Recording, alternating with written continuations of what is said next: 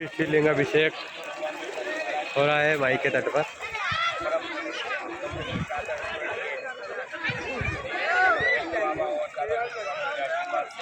विश्व एवं राष्ट्र कल्याणार्थ आज यहाँ ओमकार जी में पार्थिव शिवलिंगों का निर्माण हुआ।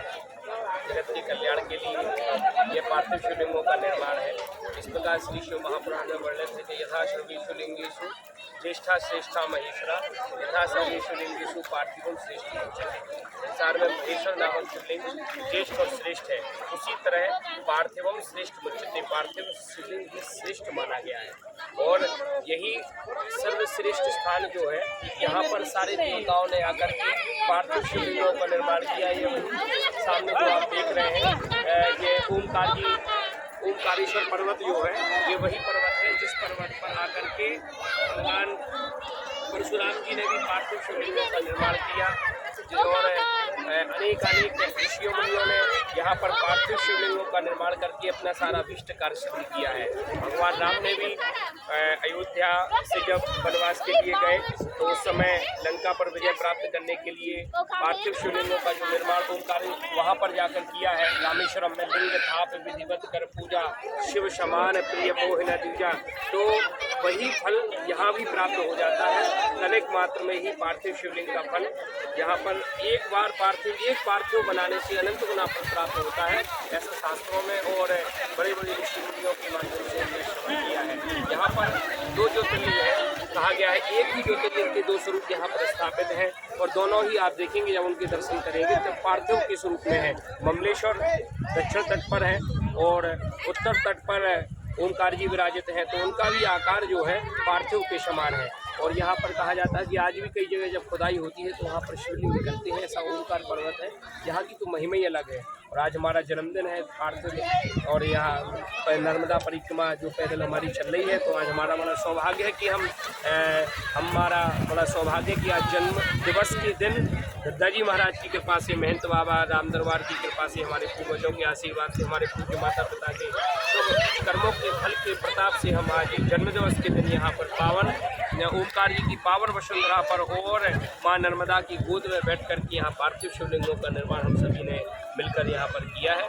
महिमा अलग है, जो भी कर रहे हैं माँ नर्मदा की गोद में बैठ कर के कर रहे हैं निरंतर 15-20 दिन से करीब। तो और भी आगे हमारी परिक्रमा भी चलती रहेगी।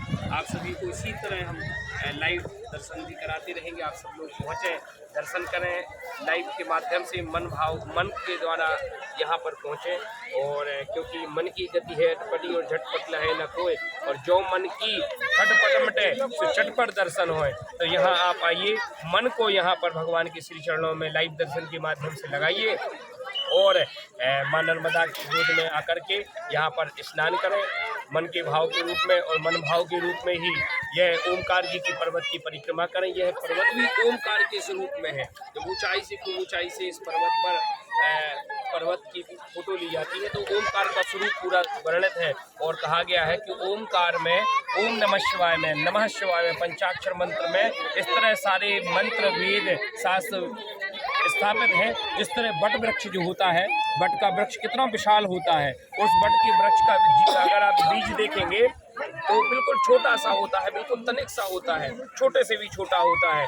तो वह बीज दिखता नहीं है बहुत अच्छे से, लेकिन उसमें वही विशाल बट वृक्ष छुपा हुआ रहता है। इसी तरह नमः शिवाय मंत्र है तो छोटा सा, लेकिन इसी नमः शिवाय मंत्र में भी इस विशाल बट वृक्ष के समान सारे शास्त्रों का सार, सारे 18 पुराणों का सार और सारे मंत्रों की शक्ति ही नमः शिवाय मंत्र में समाहित है। क्योंकि शिव नाम से बढ़कर कुछ नहीं, और अगर कुछ है तो वह शिव नाम से बढ़कर नमः शिवाय महामंत्र है। जो नमः शिवाय महामंत्र का जप करता है भगवान शंकर को भी प्रिय है। भगवान राम भी यदि कुछ भजते हैं तो नमः शिवाय बजा करते हैं। भगवान राम को भी यदि कुछ प्रिय है तो नमः शिवाय महामंत्र ही प्रिय है। इसलिए नमः शिवाय में उसी बट वृक्ष के समान बीज के, उस बट वृक्ष के बीज के समान, बट का वृक्ष जो बीज में सूक्ष्म रूप में पूरा बट विशाल बट वृक्ष समाहित होता है, उसी तरह इस नमः शिवाय मंत्र में भी सारा शास्त्रों का सारे मंत्र, सारी शक्तियाँ नमः शिवाय मंत्र मात्र में समाहित है। और नमः शिवाय मंत्र की तो महिमा ही अलग है। इसीलिए ओम नमः शिवाय पंचाक्षर षडाक्षर मंत्र को जपते रहिए और अपने जीवन को अपने जीवन को सफल बनाते रहिए। किसी ने ये इसीलिए तो कहा है कि तेरा पल पल बीता जाए रे मुख से जप ले नमः शिवाय। तेरा पल पल बीता जाए मुख से जप ले नमः शिवाय। तेरा क्षण क्षण बीता जाए मुख से जप ले नमः शिवाय। तेरा पल पल बीता जाए मुख से जप ले नमः शिवाय।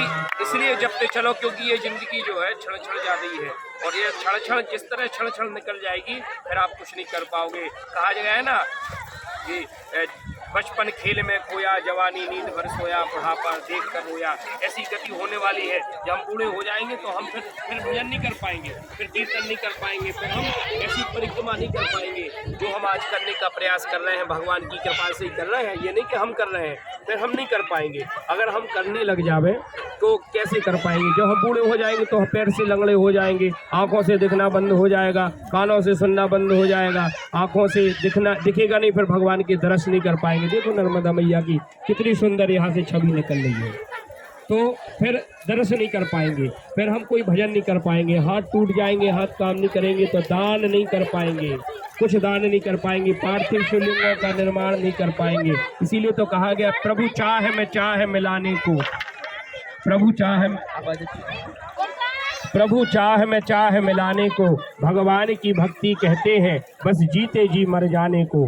भगवान की भक्ति कहते हैं जीवन की अंधेरी रातों के दुख द्वंद्व भरे तूफानों में, जीवन की अंधेरी रातों के दुख द्वंद्व भरे तूफानों में विश्वास का दीप जलाने को भगवान की भक्ति कहते हैं। विश्वास का दीप जलाने को भगवान की भक्ति कहते हैं। नहीं तो ज्यादा रही है जिस प्रकार से टूटे हुए घट से कोई मटका यदि छटक जाए तो उसमें जल भरा हुआ है, और मटका यदि छटक जाए तो उससे धीरे धीरे जल निकलता रहता है, रिसता रहता है। इसी तरह हमारे जीवन की जो उम्र है वह धीरे धीरे निकल रही है और रिस रही है, और वह टूटे हुए घट के समान एक दिन हम खाली हो जाएंगे और हम कुछ लेकर नहीं जा पाएंगे। चली जा रही है उम्र धीरे धीरे, चली जा रही है उम्र धीरे धीरे, पल पल ये आठों पहर धीरे धीरे, आठों पहर धीरे धीरे, चली जा रही है उम्र धीरे धीरे, चली जा रही है उम्र धीरे धीरे।